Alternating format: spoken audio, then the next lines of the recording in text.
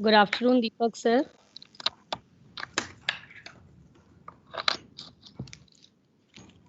Sir, I'm unable to hear you.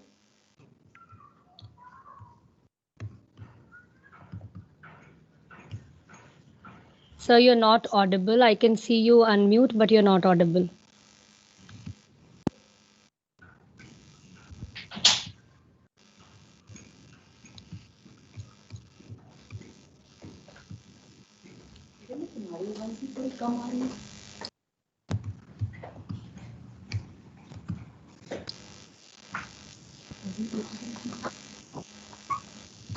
Students, am I properly audible to all of you? Somebody please Yes, Yes, answer. ma'am.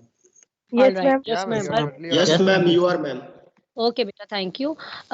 Deepak sir, can you please check your audio settings as you're not audible? Hello. Yes, sir. Good afternoon.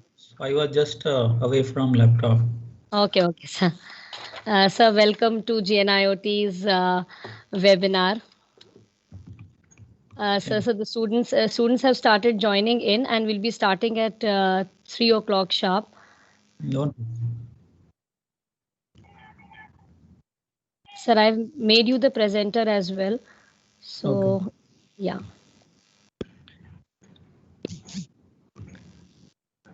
Students, I'll request you all to keep yourselves mute, and we'll be starting at sharp 3.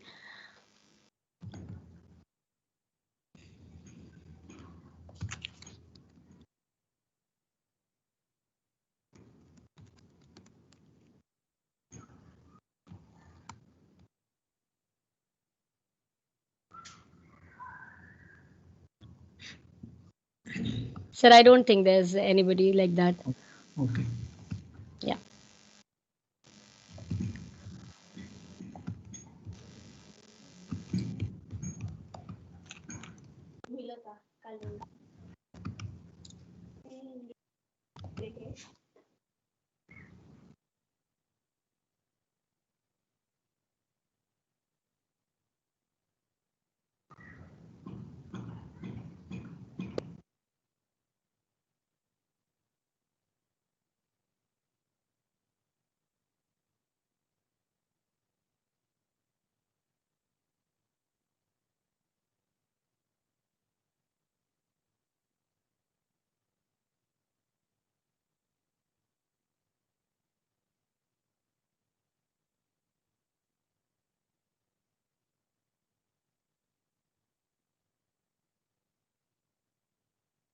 To enable the chat. It will be done shortly.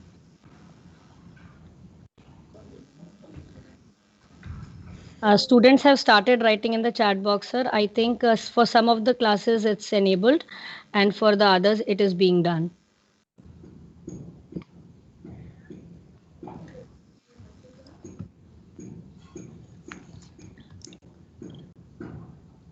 So, students, while sir is delivering his session, you can write your questions in the chat box, and I will be asking your questions to sir. And after the session, nearly when the session is about to end, I'll be posting a link for the feedback form.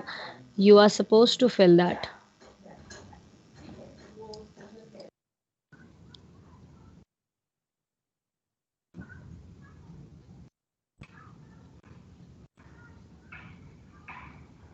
Sir, Dr. Deepak Garg has joined us, and the students are also already there. So, if you allow, Uh, maybe start. am I audible, ma'am? Yes, sir, you're audible. Visible? No, sir, not visible. Dr. Deepak Garg, I'll request you also to please switch on your cameras so that we can click some photographs. Thank you, sir. I'll request Dean First Year, Dr. B.S. Chauhan, sir, to please switch on your camera.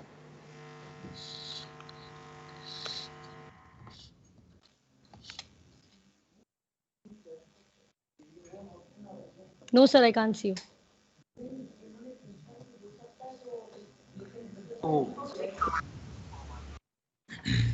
Sunil Mishra, sir, if you're there, please Unmute yourself once, and if possible, please switch on your camera also.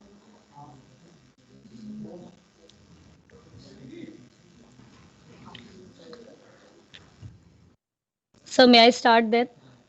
Yeah, please, ma'am. Please go ahead. Okay, students, before I start, I'll request you once again to please follow the instructions that I gave you earlier, that you have to keep yourselves on mute. If you unmute accidentally, please make sure that Yes, ma'am. you mute it immediately, all right? And I do not want any kind of disturbance in between. If you want to ask some questions, kindly post them in the chat box. I will be asking it to sir once he's done with his session. All right, so I'm starting, sir. Emerging technologies like artificial intelligence, machine learning, and Internet of Things are transforming the world and our future. These technologies are not limited to any specific domain, have a great potential, and are leading to a rapid revolution. These technologies have brought in a new perspective of viewing the world that probably one could ever imagine. A very good afternoon to all of you, and welcome to the expert lecture session on basics and scope of artificial intelligence, machine learning, and IoT.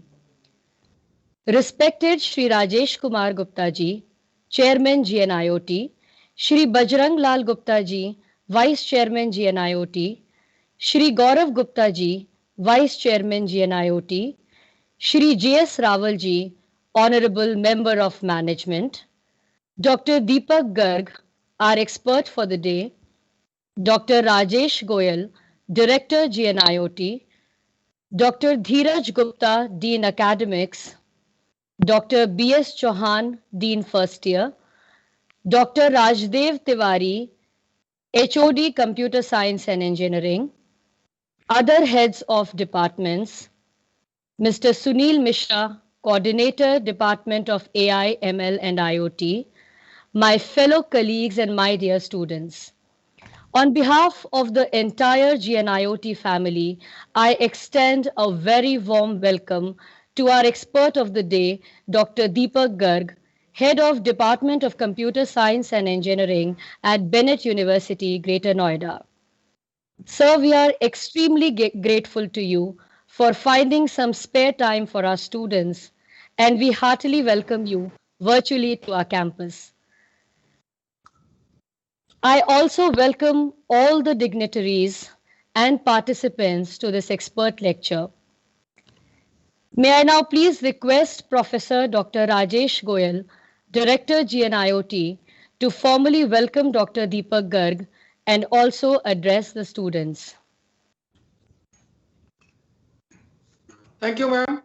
Thank you very much. So you rightly said, ma'am, that today is a world of artificial intelligence and Internet of Things. And let me congratulate the Department of First Year, BTech First Year, and our emerging technology coordinators, Shri Sunil Kumar Mishra ji, for finalizing this topic for the benefit of the students. And on this wonderful platform, I would like to welcome Dr. Deepak Garg ji, who is the head of the Department Computer Science and Engineering, Bennett University. The artificial intelligence scope can be seen from the way that AKTU has made mandatory AI as one of the subject in very first year of the students. And you rightly said, ma'am, that AI is not limited to any one specific branch. It is basically a multidisciplinary branch which is coming up fastly. Yes. And we have designed many courses, that is short-term courses related to the artificial intelligence and IoT for the students of the other countries as well. And very soon the students of other countries are coming to our institute, to our own campus, for getting the learning advantages of the IoT and artificial intelligence. If we talk about the laboratories which are coming up at Greater Noida Institute of Technology, specifically related to the IoT and this machine learning, So we are very much in tune with the virtual machine softwares, VMware 64-bit for the respective versions of the Windows, along with the machine learning laboratories related to the Python 3.7, scikit-learn, Keras, and TensorFlow 2.0. With respect to the big data analytics laboratory, our campus is coming up with many more laboratories. Example, Hadoop, SDFC, HBase, Apache, and Apache Spark. And particularly for the machine learning, we are also coming up with the online mode laboratory, that is the Google Colab is also available at the campus of the JNRT. So why I have dictated this terminology for the students is that they must get acquainted with themselves about these various laboratories and various software which are available at our campus for the benefits of their own. And from very first year, they can start working on various projects related to the artificial intelligence and IoT.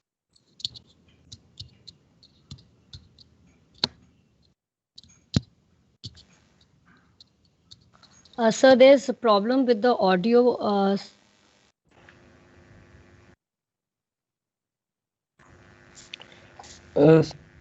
Sir, you got disconnected in between.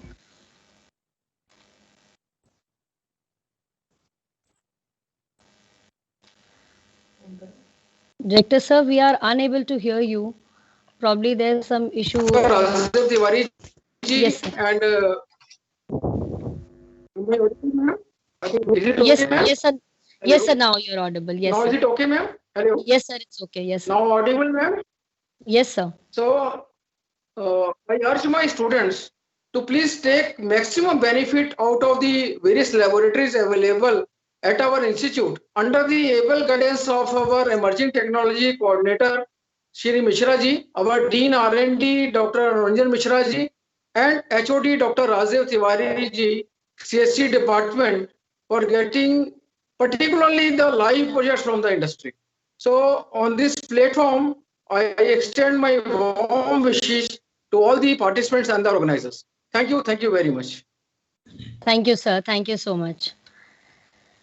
Dear participants, it's now time to introduce our expert to all of you. Dr. Deepak Garg is currently working as Professor and Head of Computer Science and Engineering Department, School of Engineering and Applied Sciences at Bennett University, Greater Noida. Prior to this, he has served as Professor and Head Computer Science and Engineering Department at Thapar University, Patiala, and Software Engineer at IBM Global Services. Dr. Garg is a committed academician with over 18 years of experience at leading academic institutions. He has an experience in automating and implementing the technology solution on a larger scale in education sector. He also has an extensive experience in designing curriculum, developing education pedagogy, and managing industry institute interaction. His research interests include data science, data analytics, deep learning, advanced data structures and algorithms, approximation algorithms, optimization, and MOOCs transformations in higher education with quality perspective. Sir has to his credit several professional distinctions and has several publications in reputed journals. Now, without taking much time, I will request Sir to please start the session. Dr. Deepak Garg.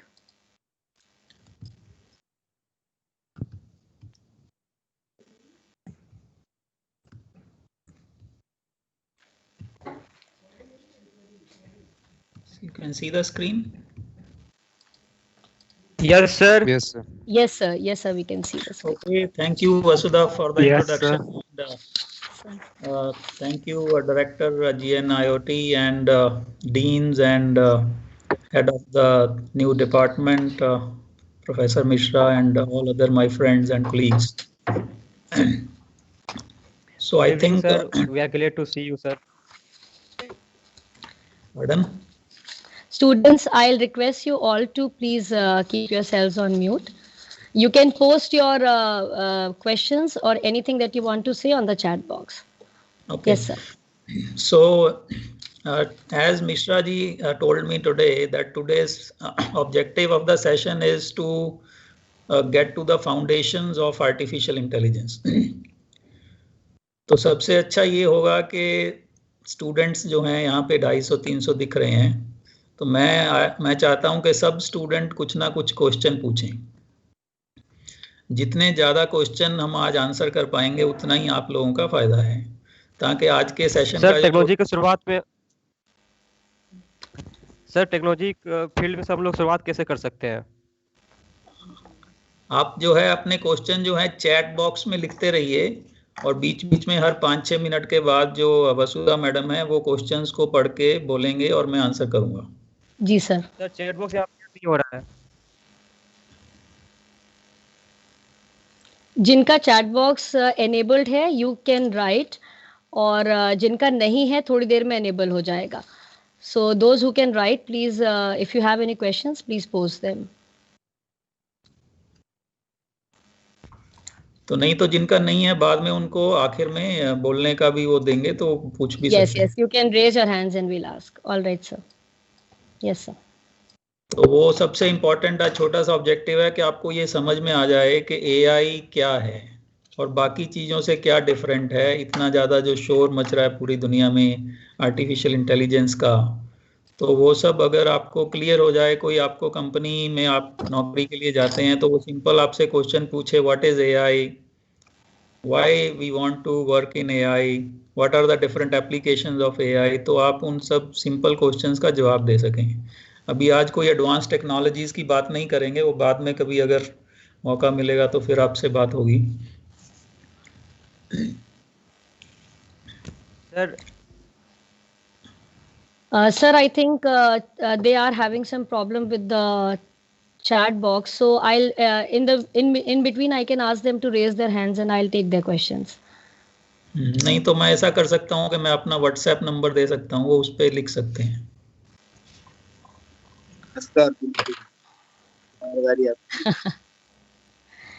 वैसे sir message का bombardment हो जाए.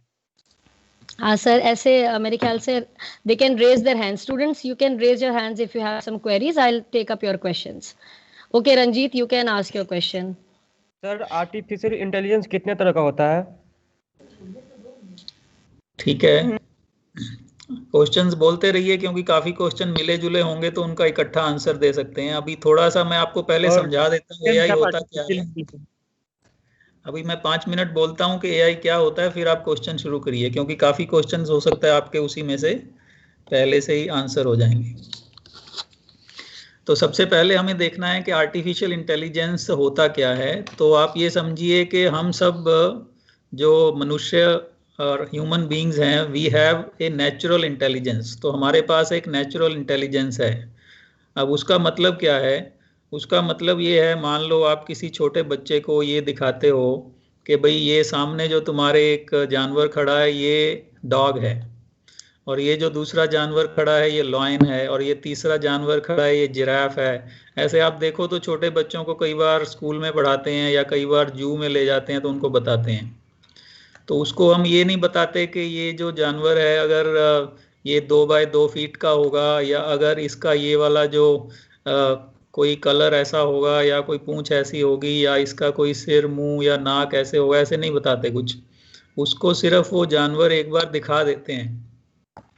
तो अगर आप किसी छोटे बच्चे को 4-5 साल के बच्चे को बिल्ली या कुत्ता या ऐसे 1-2 बार दिखा दिया, तो उसके बाद दुनिया भर में कहीं भी किसी भी तरह का वो बिल्ली या कुत्ता देखेगा तो वो एकदम से बता देगा कि ये डॉग है, ये कैट है, ये लॉयन है, ये जिराफ है, ये सब कुछ ऐसे अलग अलग बता देगा. तो प्रश्न आता है कि भाई ये उसको कैसे पता चला? इसको बोलते हैं ह्यूमन इंटेलिजेंस. कि छोटे से बच्चे में इतनी ज़्यादा उसका दिमाग, प्रोसेसिंग पावर या उसका इंटेलिजेंस है कि बिना कुछ ज़्यादा समझाए और बिना कुछ कोई बहुत बड़े बड़े सुपर कंप्यूटर लगाने की ज़रूरत नहीं पड़ी, उसको ये ऑटोमेटिकली 1-2 बार दिखाया, पता चल गया. तो अभी कंप्यूटर में क्या होता था, मान लो आपने कंप्यूटर में से ये सिंपल एक काम करवाना है कंप्यूटर से, कि कंप्यूटर को आपने इमेज दिखाई, एक कि भाई ये एक फोटो है, बताओ इस फोटो में कुत्ता है या बिल्ली है।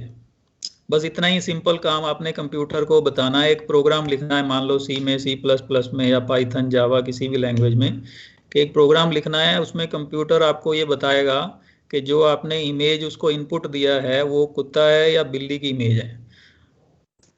तो ये जो छोटा सा एक प्रोग्राम था वो कंप्यूटर के पिछले 50 साल में लिखना पॉसिबल नहीं था। इतना मुश्किल था ये सिंपल सा काम, कंप्यूटर नहीं बता सकता था। कंप्यूटर बहुत बड़ी बड़ी कैलकुलेशन तो कर सकता है, लेकिन ये जो सिंपल काम था ये अभी तक कंप्यूटर नहीं कर सकता था। उसका कारण ये था कि कंप्यूटर को तो बिल्कुल एक एक चीज़ बतानी पड़ती है तभी वो उतना कर पाता है। तो जैसे कि जो बिल्ली है वो बिल्ली अलग अलग साइज की हो सकती है, बिल्ली के अलग अलग कलर हो सकते हैं, बिल्ली के आसपास अलग अलग ऑब्जेक्ट्स हो सकते हैं, जो फोटो आपने दी है उसकी लाइटिंग कंडीशन अलग अलग हो सकती है, किसी अलग अलग एंगल से खींची हुई हो सकती है। तो ऐसे मिलियंस, बिलियंस या ट्रिलियंस पॉसिबिलिटीज हैं कि वो फोटोज अलग अलग तरह की हो सकती हैं, लेकिन उसमें कैट हो सकती है, नहीं हो सकती, तो ऐसी पॉसिबिलिटी है। तो ऐसा आज तक कोई भी प्रोग्राम नहीं लिख सकता था जिसमें कि कंप्यूटर 100% ठीक बता दे कि जो फोटो आपने उसको दी है वो डॉग की है या कैट की। लेकिन अभी जब से ये आर्टिफिशियल इंटेलिजेंस टेक्नोलॉजी डेवलप हुई तो उसमें थोड़ा सा मैजिक होना शुरू हो गया। मतलब ये जो जादू था ये शुरू हुआ। क्या हुआ कि भाई हम इसको आर्टिफिशियल इंटेलिजेंस कहने लगे, क्योंकि जो इंटेलिजेंस ह्यूमन बीइंग्स में है वो थोड़ी सी हमें लगा कि मशीन भी वैसा कर सकती है। अभी तक तो बिना एआई के मशीन वो करती थी जिसको हम मैथमेटिक्स में कन्वर्ट कर सकते हैं, जिसका हम कोई फार्मूला बना सकते हैं, जिसका हम कोई लॉजिक बना सकते हैं। लेकिन ऐसी बहुत सी प्रॉब्लम जो ह्यूमन ऑलरेडी सॉल्व कर सकता था वो कंप्यूटेशनल नहीं थी, वो दूसरी तरह की थी, जैसे मैंने आपको एक एग्जांपल से बताया। और भी ऐसी कई एग्जांपल मैं बताऊंगा ताकि और ज़्यादा क्लियर हो जाएगा। तो आर्टिफिशियल इंटेलिजेंस आने से क्या हुआ, अभी हमने क्या करते हैं, हम मशीन को 10,000 फोटोज दिखाते हैं।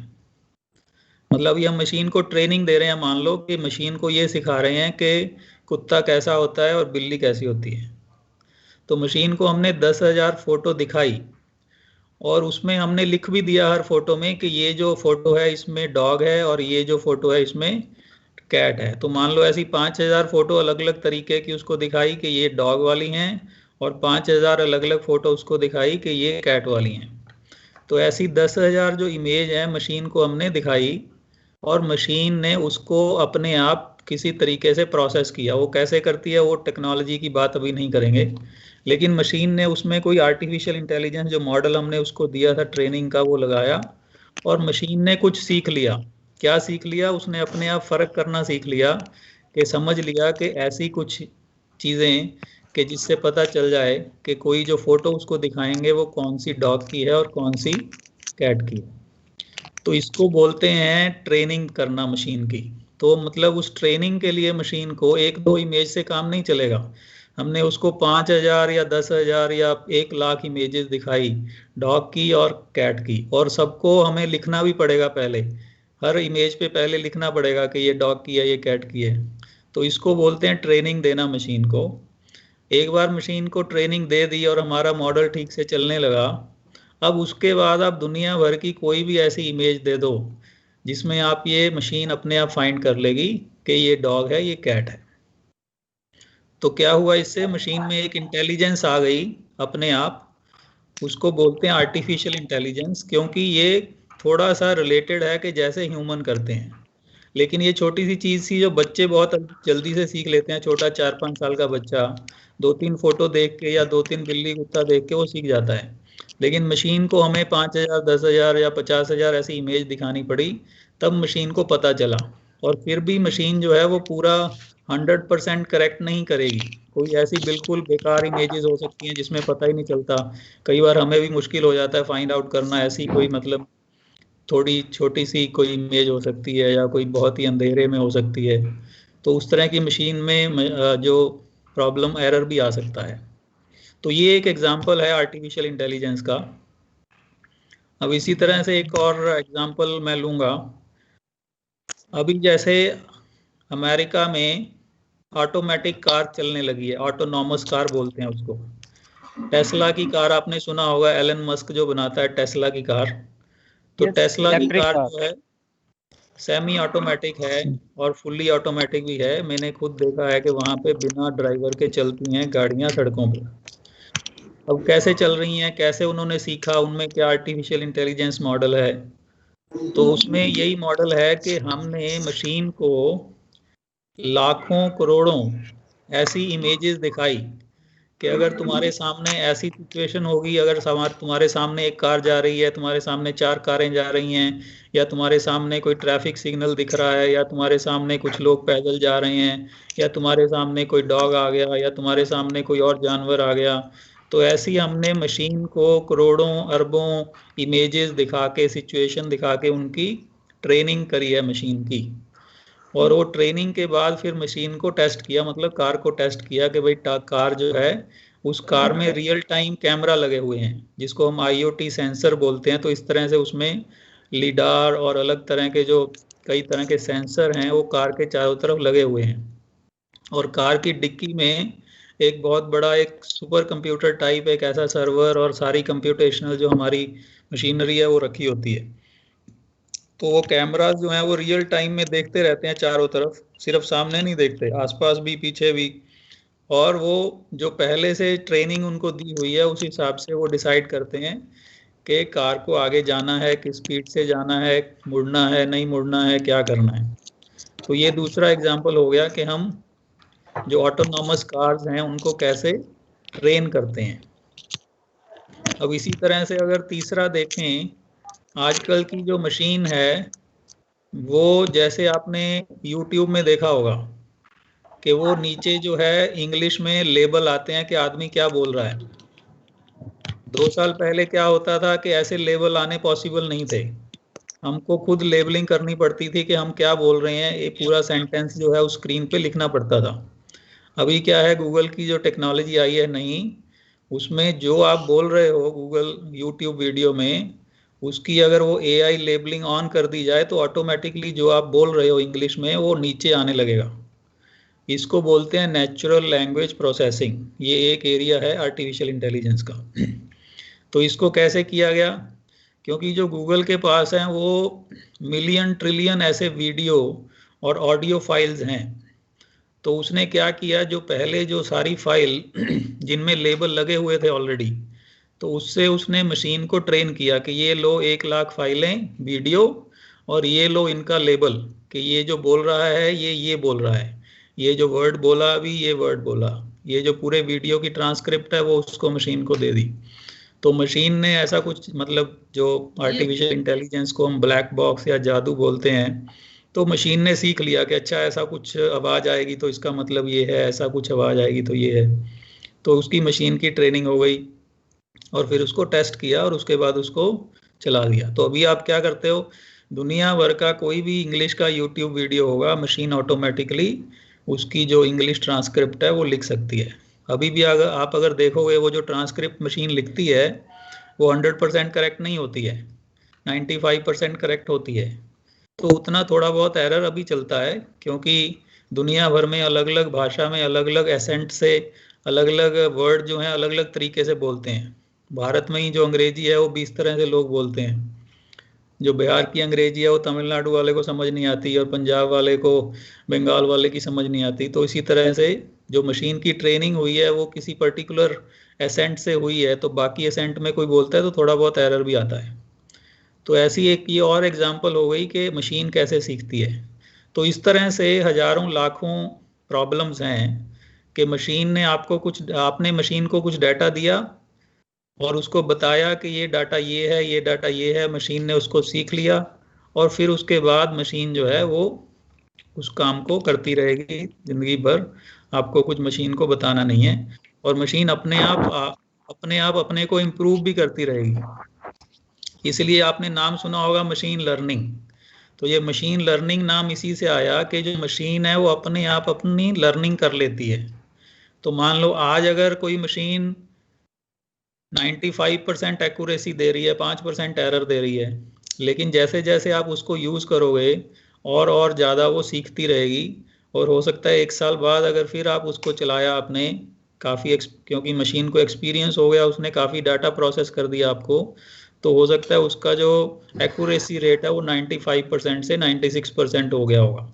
तो इस तरह से sir I just like to confirm that you are sharing your slides. अभी जो हमें दिख रहा है स्क्रीन पे, that is can we have a world without traffic related announcement. अभी मैं स्लाइड तो शुरू ही नहीं किया, अभी वैसे ही बोल रहा हूँ। जी जी जी, बस मैं यही कंफर्म कर रही थी। Okay sir, thank you. ठीक है, तो ये जो है बेसिक चीज़ है आर्टिफिशियल इंटेलिजेंस की। तो अभी जैसे आप सामने स्क्रीन देख रहे हो, अभी ये इतना बड़ा ट्रैफिक दिख रहा है, तो ये एक्चुअल कोई किसी देश में ऐसा पुल बना होगा, भारत में भी ऐसे बहुत से हैं ब्रिजेस। तो यहाँ पे लिखा है can we have a world without traffic related announcements.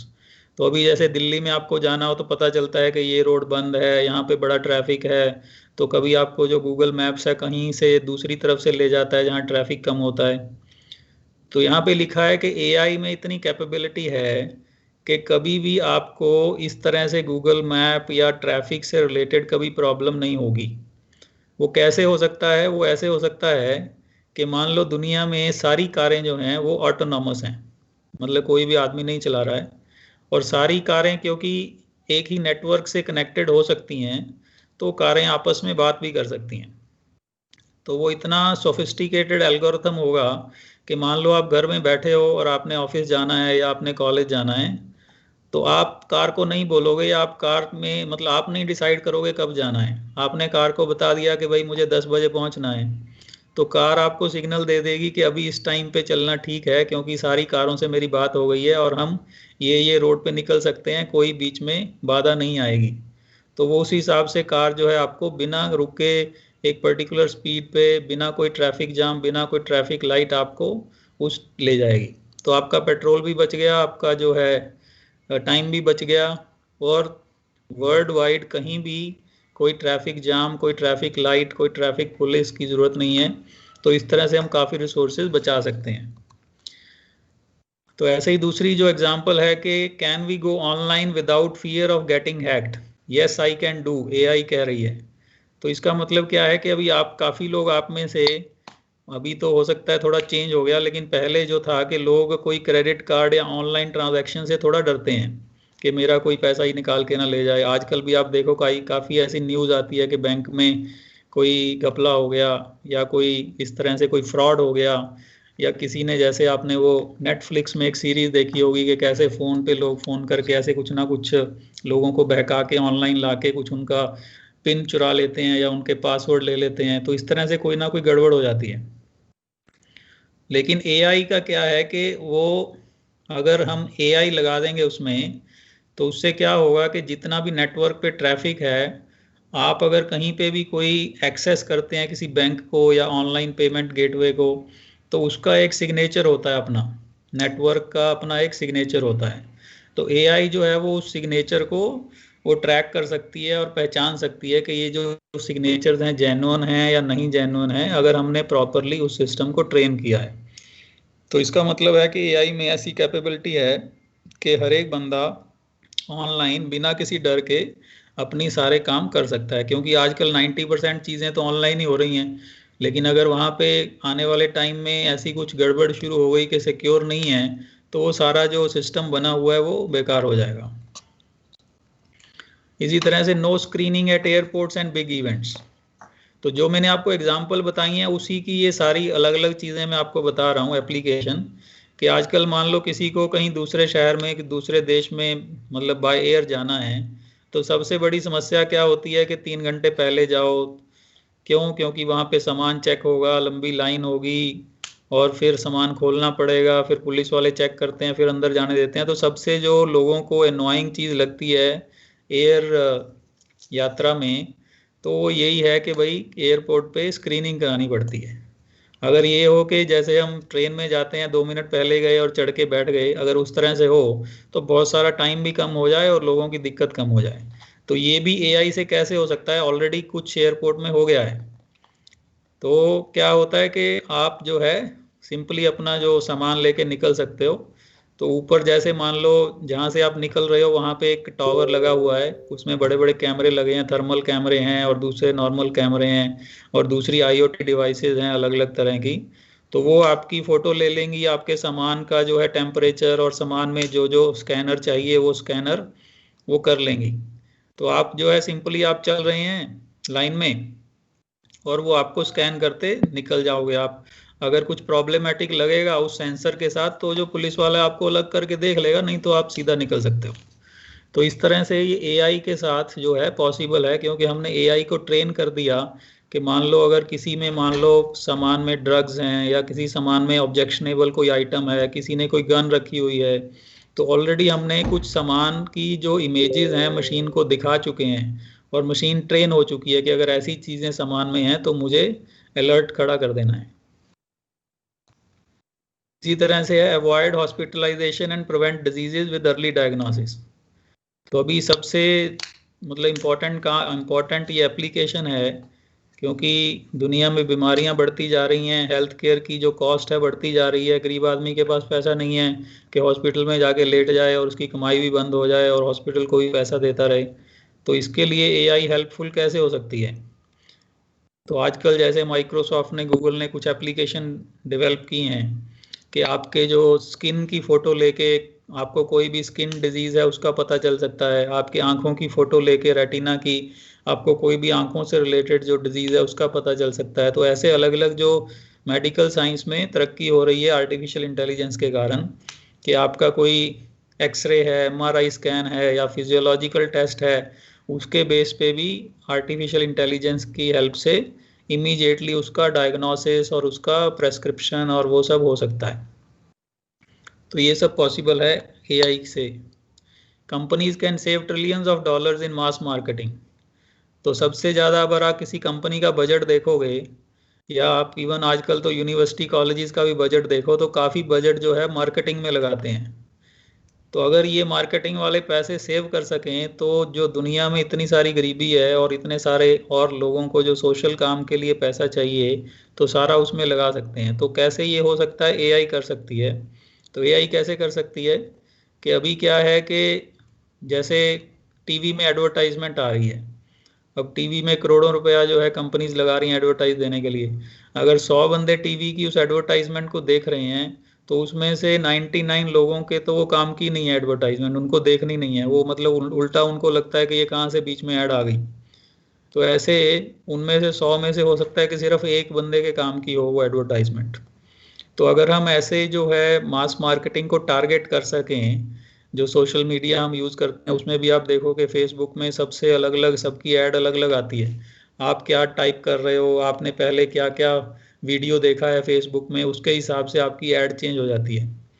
तो इस तरह से छोटी छोटी चीज़ें ऑलरेडी शुरू हो चुकी हैं कि अगर सिर्फ टारगेटेड मास मार्केटिंग की जाए तो मास मार्केटिंग का जो बजट है वो काफ़ी कम कर सकते हैं। तो ये नेचुरल लैंग्वेज प्रोसेसिंग के बारे में ऐसे मैंने बताया। अभी जैसे रशिया में फीफा फुटबॉल कप हुआ था तो उसमें जो है गूगल ने एक डिवाइस लॉन्च की थी कि उसमें हम इंग्लिश से फ्रेंच में ट्रांसलेट कर सकते हैं। आपने मान लो अपने कान में वो डिवाइस लगा रखी है और आपको फ्रेंच समझ नहीं आती, तो दूसरा बंदा जो फ्रेंच बोल रहा है आपको उस डिवाइस से फ्रेंच नहीं सुनेगी, आपको इंग्लिश या हिंदी जो भी आप सेट करोगे उस डिवाइस में वो सुनेगी। तो इतना बड़ा मतलब टेक्नोलॉजी के कारण पहले जो हम सोच भी नहीं सकते थे, तो AI के कारण क्या हो गया कि अभी हम एक लैंग्वेज से दूसरी लैंग्वेज में रियल टाइम में ट्रांसलेशन कर सकते हैं।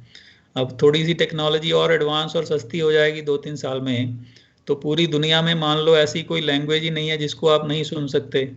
तो आप किसी भी देश में जा सकते हो, चाइना में भी जा सकते हो, दूसरा बंदा चाइनीज़ बोल रहा है आपको हिंदी में सुन रहा है, आप हिंदी बोल रहे हो उसको चाइनीज़ में सुन रहा है। तो अगर ऐसा हो गया तो कोई भी बीच में जो है हमें लैंग्वेज ट्रांसलेशन वाले की ज़रूरत नहीं पड़ेगी, तो हम कहीं भी आराम से जा सकते हैं, लैंग्वेज इंडिपेंडेंट हो जाएंगे। तो ऐसे हमने जो कारों की बात की है, अब आजकल एग्रीकल्चर का बहुत बड़ा पॉपुलर हो रहा है। तो प्रिसीजन एग्रीकल्चर क्या है? तो प्रिसीजन एग्रीकल्चर भी जो इजराइल है इसमें सबसे आगे है। तो इसमें क्या है कि जो आपका ट्रैक्टर होता है वो एक रोबोट का काम करता है। जैसे मान लो आपका कलर प्रिंटर, आपने देखा होगा कलर प्रिंटर में 3 तरह के रंग के डिब्बे होते हैं, एक होता है रेड, एक ब्लू, एक ग्रीन। तो अगर आप उसको कलर प्रिंट निकालने के लिए बोलते हो तो वो अलग अलग पिक्सल वैल्यू जो है उसमें अलग अलग डेंसिटी का रेड, ब्लू, ग्रीन कलर छोड़ता है और उसी हिसाब से पिक्चर या जो भी आप कलर प्रिंट निकालते हो बन जाता है। अब इसी तरह ये जो ट्रैक्टर रोबोट है इसमें भी 3-4 तरह के डिब्बे बने होते हैं। एक में पेस्टिसाइड होती है, एक में फर्टिलाइज़र होती है, एक में वाटर होता है, पानी। तो जो वो आपके खेत में जाता है, धीरे धीरे फोटो खींचता रहता है और देखता है कि आगे जो मेरा पौधा आ रहा है, मान लो आपने धान उगाई हुई है या आपने कोई और ऐसे फूलों की खेती की है या आपने कोई और ऐसे किसी फल की खेती की है, तो आगे जो भी उसके प्लांट आएगा उसकी फ़ोटो लेगा और देखेगा कि इसको अभी इस टाइम पे क्या चाहिए, इसको खाद चाहिए, कोई दवाई चाहिए, पानी चाहिए, कितना चाहिए। तो अभी तो आप क्या करते हो, पूरे खेत में ऐसे हाथ से फेंक देते हैं सारे खाद, तो बहुत ज़्यादा वेस्ट हो जाती है। इसी तरह से पानी देना है तो पूरा जो अपना वो पूरा छोड़ देते हैं पानी खेत में और कितना ही हज़ारों लीटर जो है बर्बाद हो जाता है। तो इस तरह से उस ट्रैक्टर रोबोट से हम प्रिसीजन एग्रीकल्चर कर सकते हैं। तो इससे ये देखा गया है कि हमारे रिसोर्सेज आधे यूज़ होते हैं और जो पैदावार है वो डबल हो जाती है। तो उल्टा मतलब टोटल क्या हो गया कि 4 गुना फ़ायदा हो जाता है और बहुत ज़्यादा कॉस्टली भी नहीं होगा। अगर आप देखें कि पंजाब में जैसे या और स्टेट्स में हार्वेस्टर या कंबाइन यूज़ करते हैं तो हर किसान को कोई वो चीज़ें खरीदने की ज़रूरत नहीं है, वो किराए पे भी मिल सकती हैं, किसी कंपनी से भी मिल सकती हैं। तो वो एक दिन अपने उसको खेत में घुमाएगा और जो जो खेत फसल को चाहिए, पानी चाहिए, फर्टिलाइज़र चाहिए, कोई पेस्टिसाइड चाहिए, वो दे देगा। फिर उसके बाद फिर 15 दिन या महीने बाद फिर से चला सकता है। तो ऐसे धीरे धीरे इसके और सोल्यूशन सामने आएंगे। तो इसमें काफ़ी जो है ये सभी चीज़ों में काफ़ी स्टार्टअप्स वगैरह की ज़रूरत है। तो ये हमारा एक सेक्शन यहाँ पे ख़त्म हो गया जहाँ पे हमने काफ़ी सारी एप्लीकेशन की बात की है। तो अभी 5-7 कोई क्वेश्चन लेंगे जो फंडामेंटल हैं। सर आपने शुरुआत की एक बच्चे से लेके, जिसने 4 साल के बच्चा को हम लोग एक जानवर का फोटो दिखा रहे हैं और वो फिर बाद में जानवर को रिकॉग्नाइज कर पा रहा है। उसके बाद सर आपने बताया कि मशीन लर्निंग जो एक लर्निंग है, आर्टिफिशियल इंटेलिजेंस, ये मत इसका बताओ यूज मैंने हम क्या लोग बताया, तुमने क्या पूछना है वो बताओ। सर मैं पूछना चाहता हूँ, जैसे बच्चा जो सीख रहा है वो तो डिफरेंट मेथड यूज करेगा, या तो वो क्लासिक कंडीशनर के थ्रू लर्निंग करेगा, या तो वो मैथमेटिकल लॉजिक के थ्रू लर्निंग करेगा, या तो वो री इंफॉर्मेशन मेथड का यूज करके वो लर्न करेगा, या तो वो ऑब्जर्वेशन मेथड का यूज करके करेगा, या तो वो एसोसिएशन मेथड का यूज करके लर्न करेगा। बेटा तो बेटा बच्चे के पास तो आप क्या पूछना चाहते हो एग्जैक्टली वो पूछो। मैं सर पूछना चाहता हूँ कि मशीन कौन सा मेथड यूज करके लर्न करेगा इस समय से, क्योंकि हम लोग तो एक कंपेयर करके ही लर्न करा रहे हैं उसको। बहुत बढ़िया क्वेश्चन है।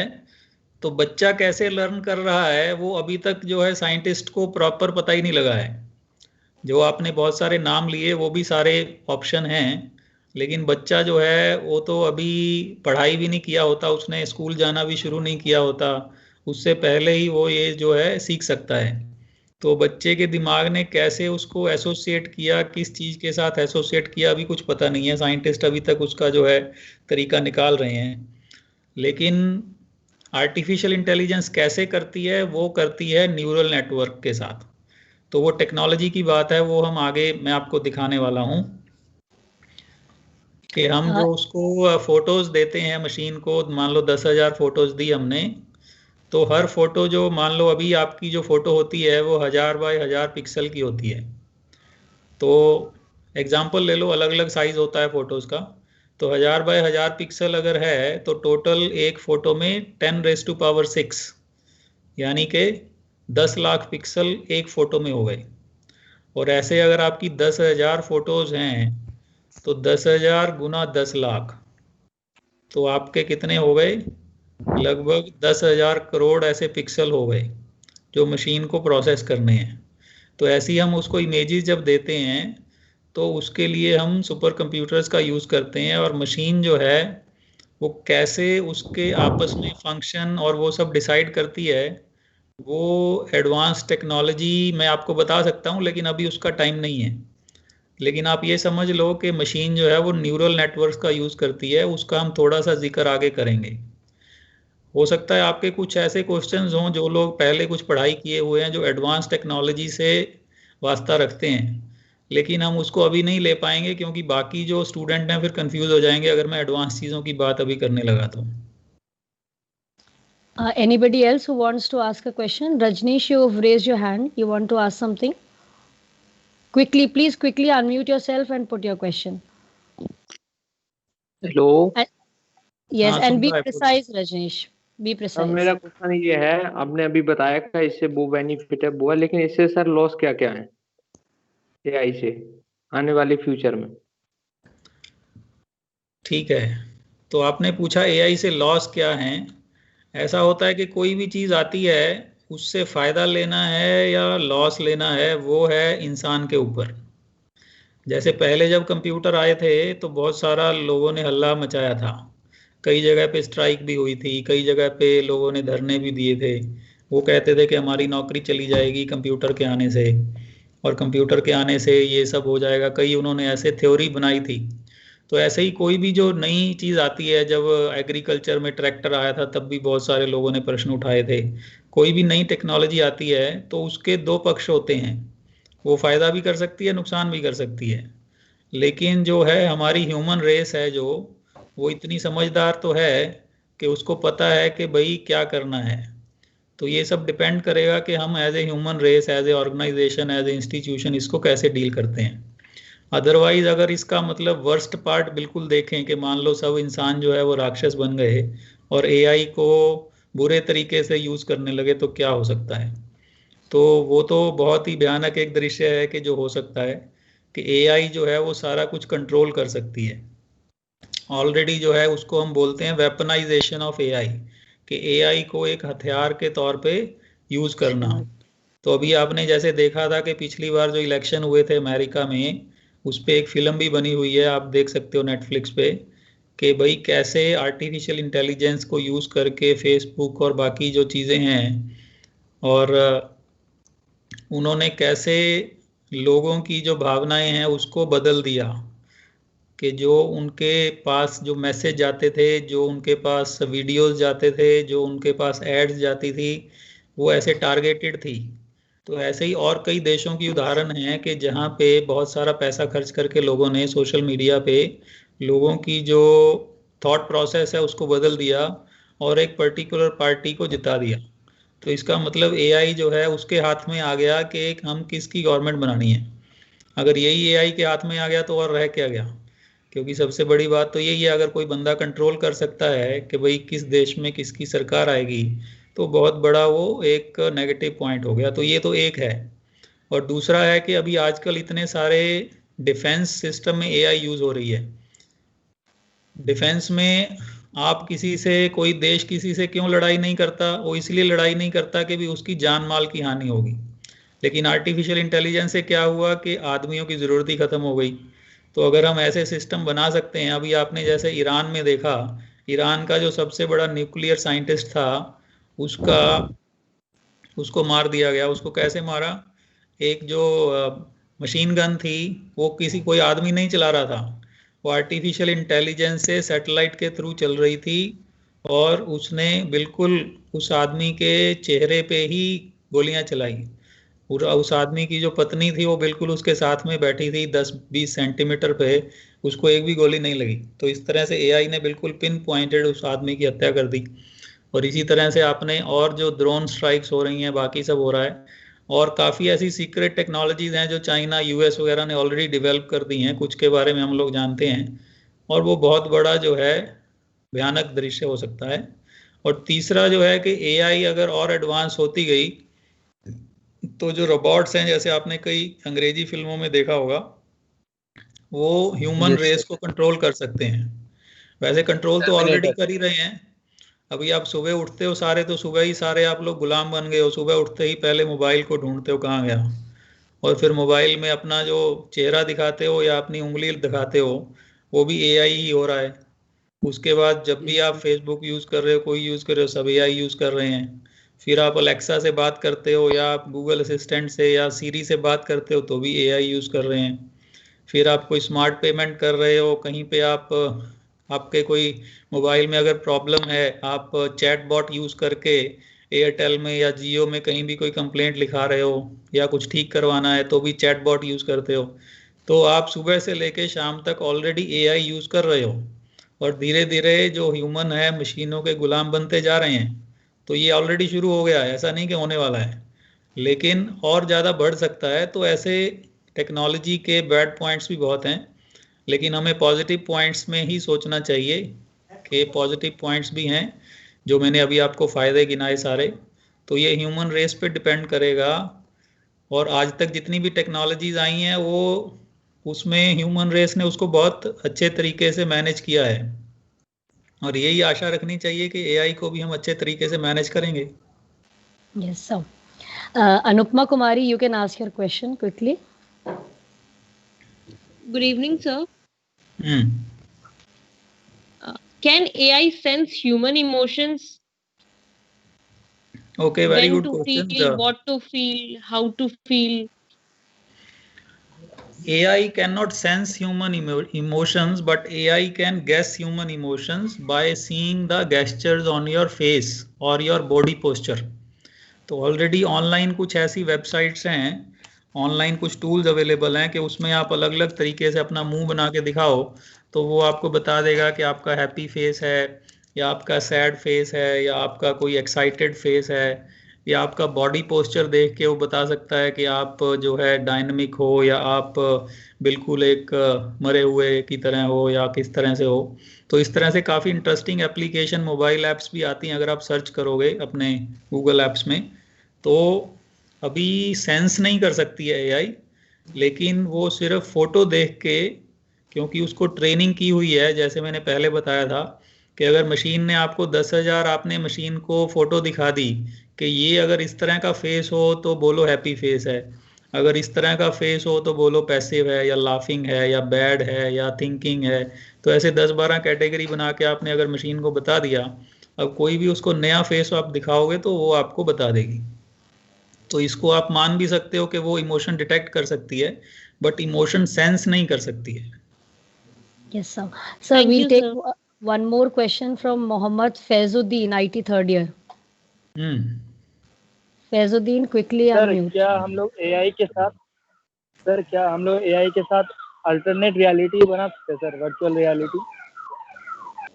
हाँ, मुझे लगता है बहुत सारी रिसोर्स भी बच जाएंगे। मुझे लगता है तुमने काफ़ी अंग्रेजी फिल्में देख ली हैं। तो अल्टरनेट रियलिटी अभी तक नहीं बना पाए हैं। अगर किसी हो सकता है किसी माउंटेन के नीचे कोई सीक्रेट टेक्नोलॉजी बेस बना रखा हो किसी देश ने और वहाँ पे वो उसका एक्सपेरिमेंटेशन कर रहे हों, लेकिन अभी तक हम उस स्टेज पे नहीं पहुँचे हैं। अभी उस स्टेज में पहुँचने में 10-12 साल और लग जाएंगे, और तुम्हारे जैसे साइंटिस्ट की ज़रूरत पड़ेगी जो एडवांस रिसर्च कर सकें। Yes, sir. Sir, should I take more questions or? Yeah, go ahead. Okay, Stuti Tiwari, you can ask. Yes, sir. Sir, I want to ask that we as a student, हमको ऐसी क्या अभी से तैयारी करनी चाहिए कि हम इस फील्ड में आगे जाके कुछ अपना करियर स्कोप देख सकें? ये सबसे बढ़िया क्वेश्चन है, सारे स्टूडेंट के लिए यूजफुल है।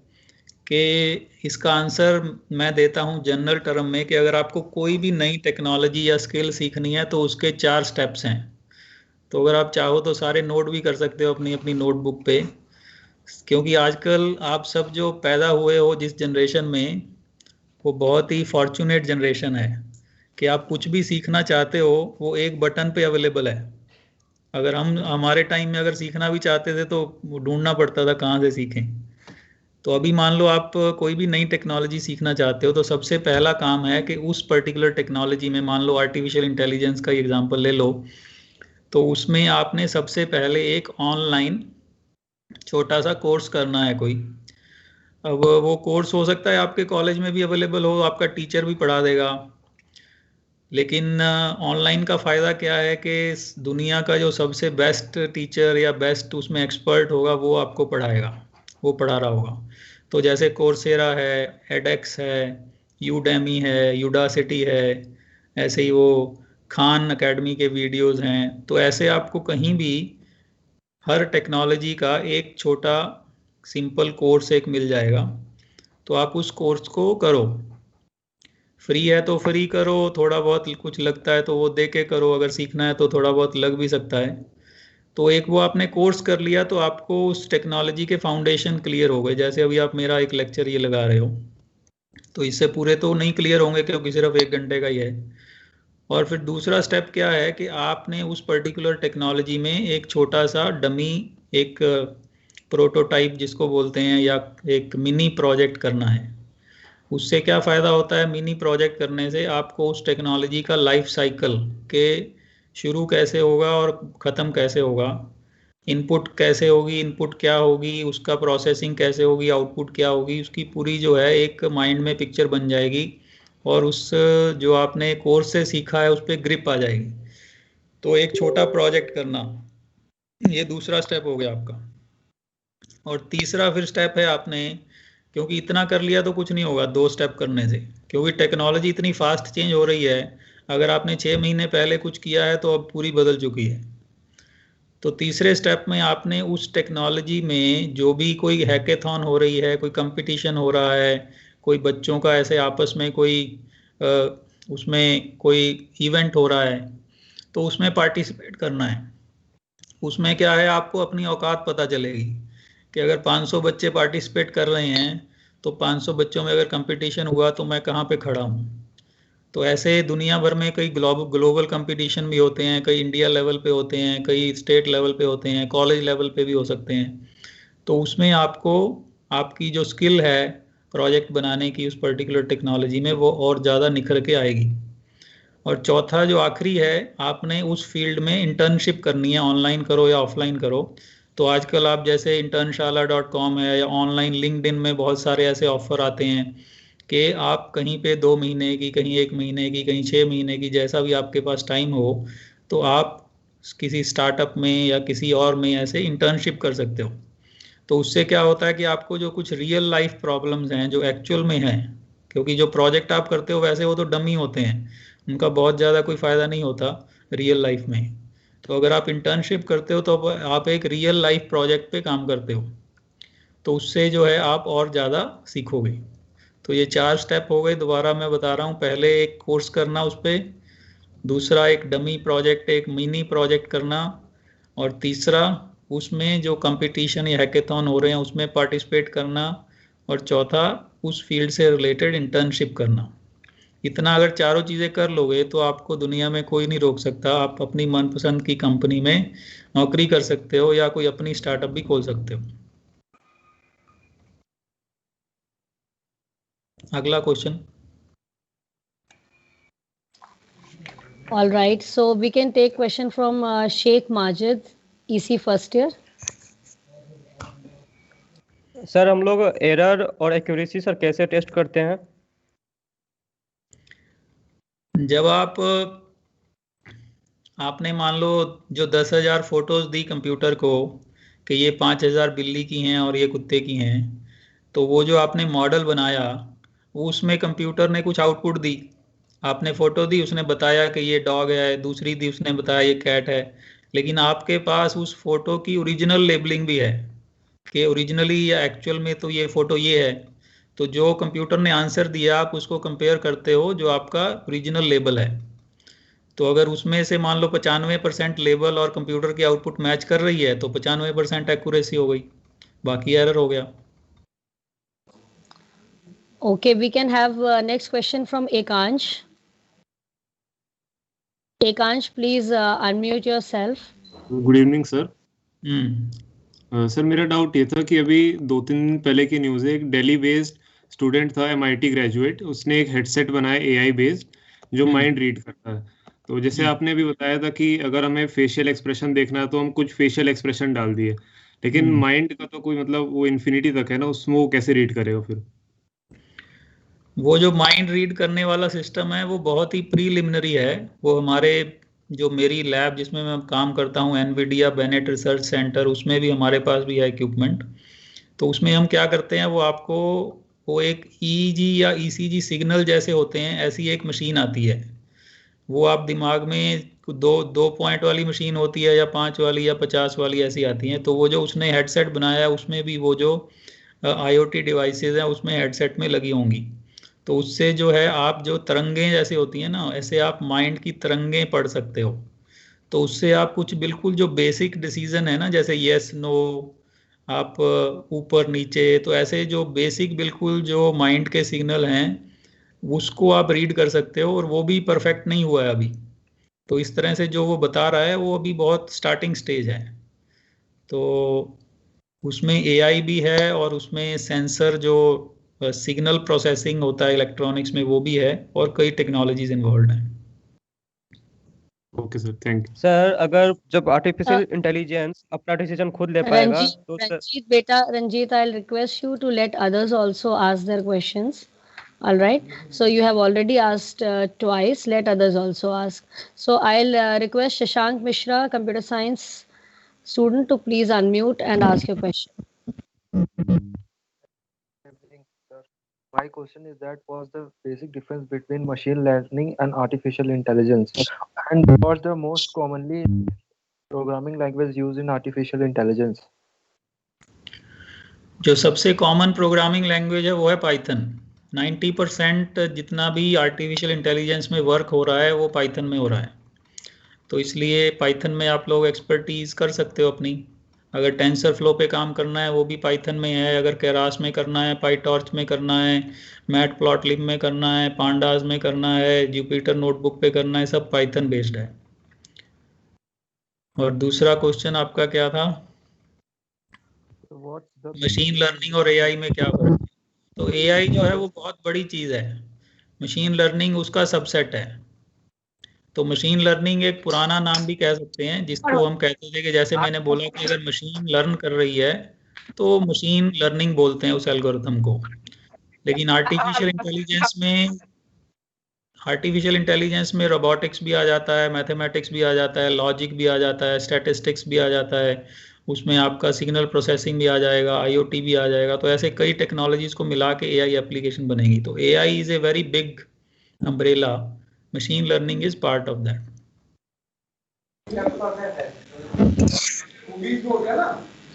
Sir, I think we'll take their questions afterwards, or as you say. नहीं, मेरा तो हो गया, अब इसके ज्यादा और क्या बताएंगे इनको। Okay, so I can take some more questions, right? हाँ, क्वेश्चन ही लेंगे बस 3-4 और। जी. All right, so we can have students from different branches. Then you can ask Ayush Raj, IT third year.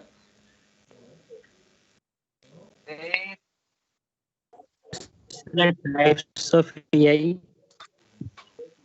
Ayush, हाँ तुम्हारी आवाज कट रही है बेटा, एक बार फिर से बोलो, please repeat your question. Types of AI. Types of AI. नहीं आया, आप दूसरे किसी से पूछिए कुछ। All right, Muskan Gupta, IT first year.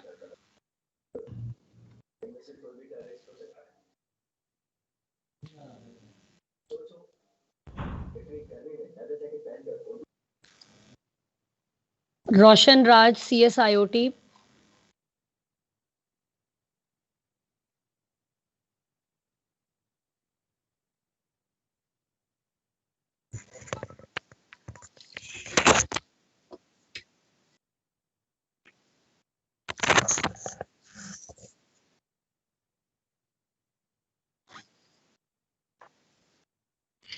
ऐसा है ना कि काफी लोग जो होते हैं मेरे और तुम्हारे जैसे, वो सोचते रहते हैं वीक आएगी स्ट्रांग आएगी, लेकिन करते कुछ नहीं है। तो ये टर्मिनोलॉजी के चक्कर में ना पड़ के कौन सी वीक है कौन सी स्ट्रांग है, बेटर ये है कि हम लोग कुछ सीखना शुरू करें और काम करना शुरू करें।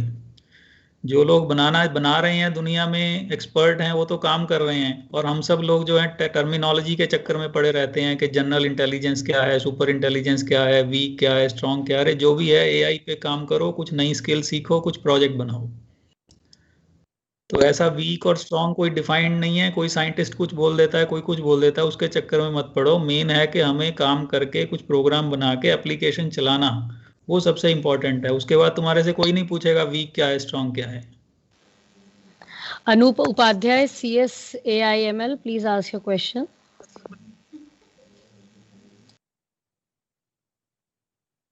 Good evening sir. सर हम आर्मी को रोबोट से स्विच कर सकते हैं? कर सकते नहीं है, आर्मी की जगह हम आर्टिफिशियल इंटेलिजेंस को ही रोबोट यूज करें? ऑलरेडी काफी कंट्रीज ने ऐसे रोबोट बना लिए हैं। अगर आप ऑनलाइन भी देखोगे, यूट्यूब में भी ऐसे कुछ वीडियो मिलेंगे, तो यूएस और चाइना ने ऑलरेडी ऐसे बिल्ड किए हैं। बहुत ज़्यादा एडवांस नहीं हुए हैं, लेकिन शुरुआत हो गई है, तो वो बहुत ज़्यादा दिन दूर नहीं है। डिटरमाइन कैसे करेंगे कि किसको पकड़ना है, किसको मारना है, वगैरह वगैरह? वो सारी रिसर्च चल रही है, तो इसीलिए वो अभी फील्ड में आपको नहीं दिखे, क्योंकि अभी वो परफेक्ट नहीं हुए हैं। लेकिन अभी जो बहुत लिमिटेड कॉन्स्ट्रेंड कंडीशंस में वो यूज़ हो सकते हैं। अभी जैसे आपने पिछले साल देखा, अभी 1 साल पूरा हो गया उस चीज़ को, कि ड्रोन से अटैक किया था इराक में यूएस ने, और जो सबसे बड़ा ईरान का नेता था उसको मारा था। तो वो क्या था? वो रोबोट ही तो था। ड्रोन और रोबोट में क्या फ़र्क है? तो वो बिना किसी आदमी के था, वो अटैक किया। वो तो इसलिए होता है कि तो रोबोट जो है वो एक मशीन का ही नाम है। वो मशीन छोटी भी हो सकती है, बड़ी भी हो सकती है। तो ऐसे काफी तरह के रोबोट, वो चाहे आपको बिल्कुल एक छोटे से जानवर की तरह दिखें या एक पूरे आदमी की तरह दिखें, वो तो सिर्फ उसकी शक्ल की बात है। लेकिन जो उसके अंदर की कैपेबिलिटीज हैं वो ऑलरेडी अलग अलग तरीके से आपको दिख रही हैं। Yes, sir. Roshan Kumar, if you want, you can ask your question. Ranjit. Yes, please go ahead. Hello, sir. Sir, what is the limitation of AI? What is? Limitation of AI. The limitation of AI cannot do through it. Limitation of AI is कि AI is always probabilistic. कोई भी जो AI से आप चीज़ बनाओगे वो कभी भी 100% ठीक नहीं हो सकती। अगर आपको कोई बोलेगा कि मेरी एआई जो 100% ठीक चल रही है, तो आप उसको बोल देना कि तू बेवकूफ़ है। ठीक है? तो ऐसे ही कोई भी एआई की एप्लीकेशन ना बनी है ना बनेगी जो 100% ठीक होगी। इसीलिए जो है वो डेंजर ऑलवेज बना रहेगा कि आपने उसको जिस चीज़ के लिए बनाया है वो उस चीज़ के थोड़ा सा एरर भी कर सकती है। तो that is one limitation of AI. और सेकंड लिमिटेशन के जो लोग सोचते हैं कि दुनिया में सारा कुछ एआई कर सकती है, वो भी गलत हैं। दुनिया में हजारों लाखों करोड़ों ऐसे काम हैं जो एआई नहीं कर सकती। एआई जो है खुद खेती नहीं कर सकती है, लेकिन जो खेती हुई है उसको ऑप्टिमाइज कर सकती है। इसी तरह एआई अपने आप कुछ क्रिएट नहीं कर सकती है, जो क्रिएट किया हुआ है उस पर एनालिसिस कर सकती है। तो ऐसे बहुत सी लिमिटेशंस हैं, तो एआई को उसके पर्सपेक्टिव में ही सोचना चाहिए। Yes, next Satyanshu Gupta, IT third year. Good evening sir.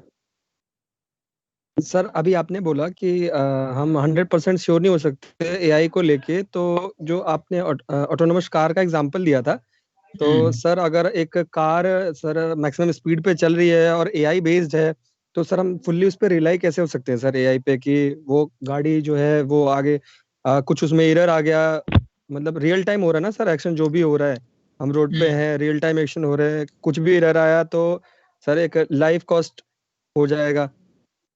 बिल्कुल सही कहा आपने। जो ऑटोनोमस कार चल रही हैं वो 100% कभी भी रिलायबल नहीं होंगी। अभी भी दुनिया में जो बंदे गाड़ियां चला रहे हैं तो हर साल में लाखों एक्सीडेंट होते हैं अगर आप डाटा देखोगे। लेकिन अभी तक जितनी ऑटोनोमस कार चली हैं, अभी तक ऑन रिकॉर्ड सिर्फ एक डेथ हुई है। तो ऐसे ही जो ह्यूमन है वो भी कभी भी, जैसे हम कहते हैं ना कि भगवान ही 100% राइट होता है, आदमी तो गलतियों का पुतला है। तो इसी तरह जो एआई भी गलतियां करेगी लेकिन आदमी से कम करेगी। Okay sir, thank you. Okay, Urvashi, you can ask your question quickly. Good evening, sir. Sir, I have a question. Sir, I have a question that कि अगर जो सर हम लोग एआई का इतना यूज कर रहे हैं और फ्यूचर में भी इतना यूज होगा, तो ये एआई जो है ये ह्यूमंस के माइंड से बनी है, लेकिन कहीं एक दिन ऐसा ना हो जाए कि एआई के हिसाब से हम लोग मतलब ह्यूमंस चलने लगे। सर ऐसा होगा तो ह्यूमंस तो अपना माइंड कम यूज करेंगे, तो फिर सर डेवलपमेंट किसी कंट्री का या फिर अपने इस वर्ल्ड का कैसे होगा, ये समझ नहीं आ रहा है। और सर एक और क्वेश्चन है मेरे पास सर, ये है कि अगर जो बायोटेक वार है, एक बंदा एक ही पूछ सकता है। तो इसका आंसर सर मैं एक करता हूँ इसी कि में ऑलरेडी जो रिलेटेड है एआई है वो दिमाग तो आप सर कहाँ इसी यूज से कर रहे हो। रिलेटेड अभी जो आप YouTube में वीडियो देखते हो आपको लगता है वही ठीक बोल रहा है, अभी तो आप अपने मोबाइल के गुलाम तो ऑलरेडी हो गए हो। तो ये तो एक डेंजर बना ही हुआ है कि जो एआई कहेगी वही आप करोगे। तो उसके लिए आप लोगों को, यंग लोगों को तैयार होना होगा। आप पहले तो एक्सपर्ट बनो इस चीज़ में और फिर ऐसी रिसर्च करो ताकि हम एआई को आउट ऑफ कंट्रोल होने से रोक सकें। तो ऐसी कई यूनिवर्सिटीज़ ने रिसर्च सेंटर खोले हैं जिनका मकसद सिर्फ इतना ही है कि एआई को कैसे एथिकल बनाएं, एआई को कैसे आउट ऑफ कंट्रोल होने से रोकेंगे आगे। तो इस तरह से काफ़ी रिसर्च ऑलरेडी शुरू हो गई है।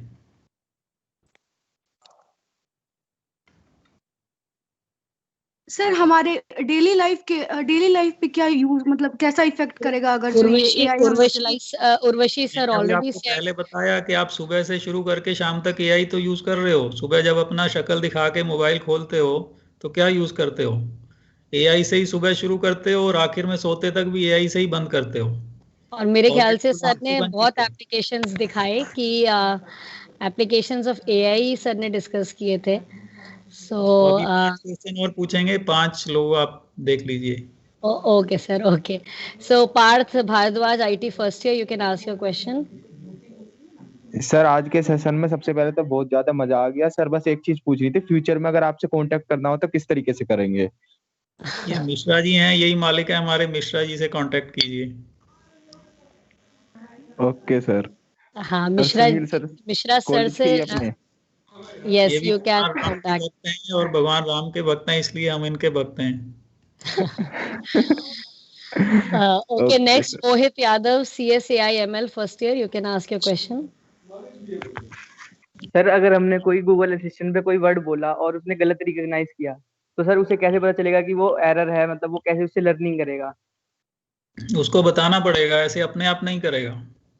तो सर ऐसे ऑटोमेटिकली जैसे आप गूगल में जो डिवाइस यूज करते हो उसमें कई बार होता है ना कि send your feedback to Google, तो आपकी फीडबैक इसीलिए लेता है ताकि वो मशीन को आगे से करेक्ट कर सके। सर फिर ये लर्निंग किस बात की हुई सर? मतलब वो तो लर्न नहीं कर रहा है ना कोई अपनी एरर से, उसे पता ही नहीं चल रहा कि एरर क्या करा उन्होंने। एआई का क्या यूज है? आप भी जब आप कुछ लिखते हो पेपर में, आपको टीचर बताता है कि ये गलत लिखा है, तभी तो आप लर्न करते हो। अपने आप तो आप सोचते हो कि मैं तो 100% ठीक लिख के आया हूँ। तो ऐसे ही मशीन को लर्निंग करवानी पड़ेगी। अगर बच्चे को लर्निंग प्रॉपर नहीं होती तो टीचर बताता है बेटा ये नहीं ऐसे करो। तो शुरू में अगर जो मशीन जो मेन गलतियां कर रही है तो मशीन को शुरू में और एक्स्ट्रा अगर ट्रेनिंग देनी है तो देनी पड़ेगी। Okay sir, thank you. Angela, you can unmute yourself and ask your question. AI हम लोग के लिए डेंजरस है क्या? समझ नहीं आया क्या बोल रही हो? एंजेला फिर से बोलो।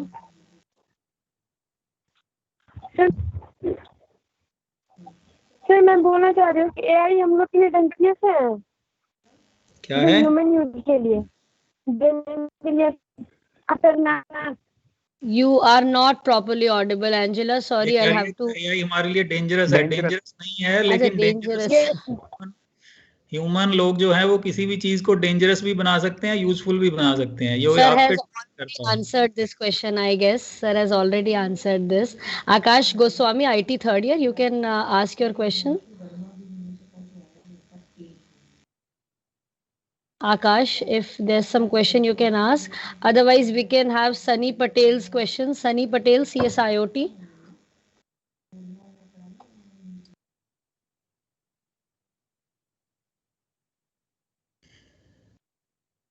सर एआई लगे होता है, लेकिन सर जब वायरस अटैक होता है तो सर एआई डिटेक्ट क्यों नहीं कर पाती? डिटेक्ट इसलिए नहीं कर पाती क्योंकि आपने एआई लगाई कहाँ है वहां पे। जहाँ पे एआई आपने यूज करके लगाई होगी ऑटोमेटिकली जादू थोड़ी हो जाएगा। पहले एआई को वहां पे आप इंस्टॉल करोगे, अगर ऐसा कोई सॉफ्टवेयर आपके पास है तभी तो डिटेक्ट करेगी ना। आपके कंप्यूटर में एआई आपने कहाँ लगाई है अभी? Sir, I think we are done with the 5 questions, sir, that you said. Okay, sir. Okay. Thank you. Sir, can Thank you, AI develop its own language to communicate?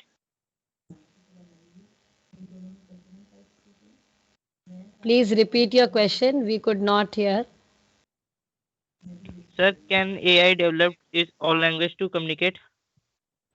अभी नहीं कर सकती है, लेकिन आने वाले साल में जरूर करने लग जाएगी। और हम आशा करते हैं कि तुम्हारे जैसे लोग जो हैं वो दिन रात एक करके सीखेंगे एआई को। काफी जो हमारे में से बच्चे हैं वो आदत होती है कि बस सिर्फ बातें करते हैं बड़ी बड़ी, यूट्यूब पे वीडियो देखेंगे और बड़ी बड़ी बातें, लेकिन सीखेंगे नहीं। सबसे पहला काम करो, पाइथन में एक्सपर्ट बनो, छोटा मोटा प्रोजेक्ट बनाओ और फिर हैकेथॉन चैलेंजेस में पार्टिसिपेट करना शुरू करो। अपने आप सारे क्वेश्चन जो हैं आपके हल होते चले जाएंगे। जितना कुछ भी मैंने बताया है इसमें कुछ भी ऐसा नहीं है सर, जो उसको रियल YouTube पे लाइफ में कैसे ला available सकते हैं? तो सर आप एक्चुअली ये सारा जो सर कुछ मैंने बताया यूट्यूब पे भी देख सकते हो। Sir, actually, our university has introduced 2 new subjects this time for the first year students. एक तो artificial intelligence है और एक emerging technologies in engineering है. So probably they have started studying this subject, so they have a lot of queries. And since sir is a very very busy person, I think I'll have to request him once again कि आप एक बार और sir हमारे बच्चों को time निकाल के कभी एड्रेस कर दीजिए so that their doubts are over. But due Yes, to sir. shortage of time, students will have to stop here. We can't take sir's time that much. And thank you, sir. Thank you so much. It was a pleasure hearing you and an honor to have you here. Thank you so much, sir. Thank you. Now, may I please request Thank you, sir. Professor Sunil Mishra to please propose the vote of thanks. Sir, एक last question पूछना था sir. Sir, जो code हम लोग लिखते हैं Python में, उसको सर किसी मशीन को अगर देना हो तो कैसे देंगे सर? वो तो हम लोग सॉफ्टवेयर में लिखते हैं कंप्यूटर पे। तो मशीन में देना मतलब उसको मशीन में ही तो होते हैं वो कोड, मशीन के बाहर थोड़ी निकाल के हाथ से दोगे कि ले ले भाई मशीन। नहीं सर, जैसे किसी बल्ब के लिए कोड लिखा कि सर उसकी ब्राइटनेस कम ज्यादा हो, ये कोड हमने पाइथन पे लिखा सर उसको बल्ब में कैसे इंसर्ट करेंगे? अभी तो तुम सिर्फ हवा में सोच रहे हो, कुछ किया नहीं है तुमने, बस इसीलिए कुछ भी क्वेश्चन पूछ रहे हो।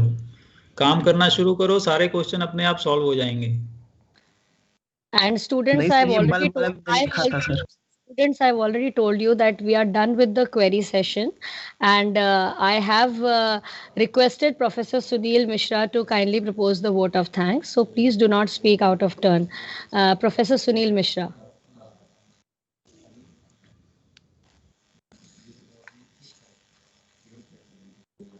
Sunil Mishra. Unmute. Sunil Mishra, sir, please unmute yourself. Yes. Thank you so much, sir, for guiding our newcomer students of first year. I have requested before 3-4 days, and you have accepted this our request. It is so much precious for us. You have spare your so busy time from so much busy schedule, and very much thanks for understanding and guiding our students in so much easy and simple words. इनको सबको समझ में आया होगा आज पूरे session में, इसीलिए इतने सारे क्वेश्चन आ रहे थे क्योंकि आपने इनकी भाषा में इनको समझाने की कोशिश करी। और I am also requesting you to we are preparing for visit to your department and Bennett University when it is going to open. तो हम इन बच्चों को लेकर के आएंगे वहाँ पे, जो आपने सर ने बहुत अच्छी लैब बनाई, उसमें 100 इंस्टीट्यूशन का ट्रेनिंग का वो कॉम्बो मॉड्यूल है, बहुत बड़ा प्रोजेक्ट है वो। तो जब यूनिवर्सिटी ओपन हो जाएगी तो बच्चों को लेकर के हम चलेंगे। सर ने हमें इसके लिए ओके कहा है, एक्सेप्टेंस दिया हुआ है। एक दिन डायरेक्टर सर से भी बात हुई थी, तो उस टाइम में हम विजिट पे लेके आएंगे। फिर जो बचे हुए क्वेश्चन है हमारे स्टूडेंट्स के, हम वहाँ पे उनको सॉल्यूशन देने की कोशिश करेंगे। और प्रैक्टिकल मॉड्यूल्स जो हैं एडवांस लैब वहाँ पे एस्टेब्लिश है, वो हम सर से रिक्वेस्ट किए हैं, अपने यहाँ भी हम बनवाना चाहते हैं, तो वो लैब हम यहाँ पे कोशिश करेंगे कि एस्टेब्लिश की जाए। तो सर इतना सिंपल है, जब भी रिक्वेस्ट करें तो अवेलेबल हो जाते हैं। ये हम लोगों के लिए बहुत बड़ी सौभाग्य की बात है, और आप बड़े भाई जैसे हमेशा स्नेह करते हैं। तो ऐसी कोई दिक्कत हमें टेक्नोलॉजिकल एक्सचेंज में या नॉलेज एक्सचेंज में मुझे लगता है नहीं होगी। ये एश्योरेंस मैं सर की तरफ से अपने स्टूडेंट्स को देना चाहता हूँ। So thank you so much sir again, and I am also thankful to our director sir, dean sir, HOD Dr. Rajdev Tiwari sir, Dean First Year Dr. B.S. Chauhan sir, Dr. Director BBA Vishya BCom is also present, Dr. Dilip Singh sir, and our coordinator, Madam Vasudha Tiwari madam. And I am also thankful to our students for putting such a nice questions and so many questions generated by our students. And I promise that we will get another chance to meet sir to solve the remaining questions. So thank you so much. Thank you so much to all of you. And Tabar Pranam sir. Dear students, your queries, I'm connected with all of you in your respective classes. I'll request you all to post your queries over there. जो पूछ नहीं पाए, please post your queries over there. And I have sir's number. I'll ensure that I send all the queries to sir, and I am able to pass on the answers as well to you. Thank you so much, sir. And thank you, audience. Thank you, participants, for being so disciplined and so nice. Thank you, Sunil Mishra, sir. Thank you, ma'am. Thank you, sir. For arranging this event. Thank you so much. Thanks to all. All right, students, I think you can leave now. And if your queries are left, you can post it in your respective class teams. And we'll make sure that we get the answers from sir. Thank you so much. Thank you, ma'am. Thank you. Sunil sir अपना contact number दे दो. Thank you, my dear students. Sunil sir. जी. Sir अपना contact number दे दो. Mobile number. Yes sir. Yes sir. Yes note करिए. Yes sir. 9999 9999 57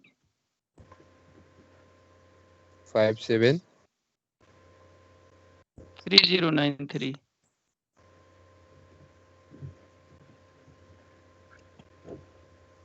thank you sir. Thank you. Sunil sir. Sunil sir, I will leave now. Okay, ma'am. Okay. Thank you so much, sir. Ma'am. Thank you, ma'am. I would be our AI ML के students से please 1 minute please. Students. Yes, sir. Yes, sir. AI ML and से मेरी request है कि एक group बना लें separate WhatsApp और मुझे ऐड कर लें उसमें. Okay sir. Okay sir. से हम लोग ये सब सर सिर्फ AIML वाले ना. AIML एक ग्रुप, IoT दूसरा ग्रुप. IT वाले. Okay sir. और सर IT वाले नहीं आ सकते टेक्नोलॉजी. IT वाले भी बना लें, मुझे कहीं भी जोड़ सकते हैं. आप ग्रुप बना लीजिए सेपरेट ब्रांचेस का. पर सबका जिससे कि हम टेक्नोलॉजिकल एक्सचेंज कर सके, क्योंकि नंबर जब लिमिटेड होगा तो हमारे बातें हो पाएंगी इसलिए. Okay sir. Okay sir. अलग है सबको. मेरा मानना है कि सब एडवांसमेंट फील्ड में काम करेंगे तो आपको सक्सेस जल्दी मिल जाएगी, कोई कंफ्यूजन नहीं रहेगा. सर आपकी कांटेक्ट नंबर की लास्ट 4 क्या थी?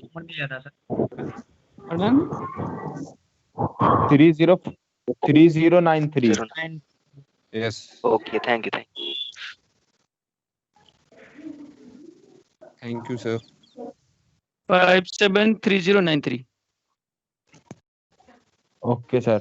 Sir thank you. आप उन्हें लेकर आए इतने बड़े एक्सपर्ट को, दीपक सर को. आज आपको ही सारा श्रेय जाता है. लोग आएंगे, तुम लोग तैयार हो. सर हम तैयार हैं, बस आप चलाते रहो. बहुत अच्छे लोग हैं आप लोग, बस रेडी रहो रिसीव करने को. आग लगा देंगे सर. आग. Yes sir. ओके. बस कर. सर टीका बहुत अच्छा लग रहा है आपका.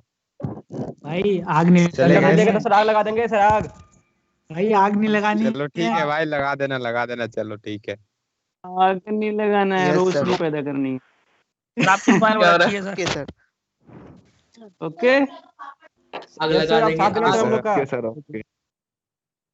Okay. All the best. Take care. God bless you. Thank you. Thank you sir. Thank you sir. College sir. Thank you sir. चले गए चलो सर। हो गया सर, चले गए हम। लगा लो आप। आ गए नहीं सर। लगा लगा ले भाई, लगा ले। अब लगा लो आप। किस चीज भाग लगा रहे हो भाई? क्या भाई आग उर्वशी सिंह भाई ना ठंड है, आग लगाना ही पड़ेगा। हेलो हाँ हाँ बोलो। हेलो हाँ ऐड सिराज सर ने ऐड तो कर दिया था ना तुम्हें? ये भाग नहीं तो क्या तुम्हें बहुत पंचायत है भाई। अरे सिराज सर ने तुम्हें ऐड कर दिया था ग्रुप में, तुम्हें प्रॉब्लम आ रही थी ना ऐड होने में। हेलो हाँ हाँ ठीक है ठीक है। भाई तुम्हें बहुत पंचायत है भाई। किसे? किसको? हेलो विशाल चलो भाई मिलते हैं, बाय बाय। रिकॉर्डिंग हो रहा है भाई, संभल जा। क्लास रिकॉर्डिंग है।